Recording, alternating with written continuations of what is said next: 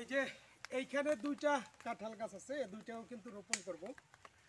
সারা দিন সকাল থেকেই কিন্তু বৃষ্টি হচ্ছে, তবে আমি দেখতে পেলাম এখন একটু ক্ষুধাও লাগছে, যার কারণে এই যে দেখুন, এই যে গাব,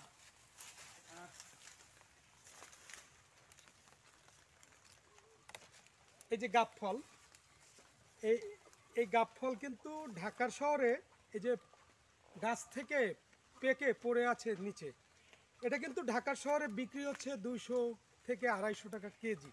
আর আমাদের গ্রামে কেউ এই গাব ফল খায় না। তবে একটু এখন যেহেতু ক্ষুধা লাগছে, আমি এখন একটা কি বলতে পারি, একটা নাস্তার টাইপ, তো আমি এখন এটা ছিলে খাবো। এটা কিন্তু খাওয়ার অনেকেই নিয়ম জানে না।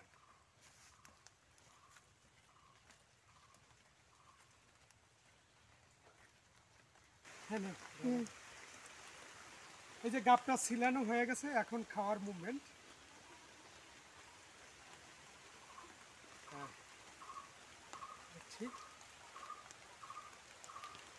বাহ, দুর্দান্ত, প্রচুর মিষ্টি। এই এই গাব ফলই, এটার নাম হচ্ছে মূলত বিলাতি গাব, আমাদের দেশের ভাষায় বলে সেই বিলাতি গাব। হ্যাঁ,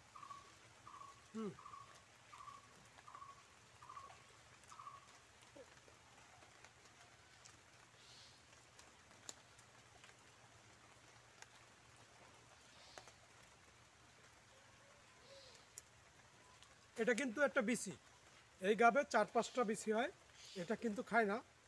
এটারও একটা খাওয়ার নিয়ম হয়, যখন এই গাব গাছে প্রথম গাব ধরে, তখন যখন একটু বড় হয় এই বিচিটা আমরা মূলত পেরে কেটে খাই। এটাও একটা সুস্বাদু, অন্য একটা ফ্লেভার, কিন্তু অন্য একটা স্বাদ এই বিচিটা। কিন্তু এখন না, এটা যখন প্রথম ফলটা হয়, তখন যখন একটু বড় হয়, তখন আবারও রিপিট করলাম কথাটা।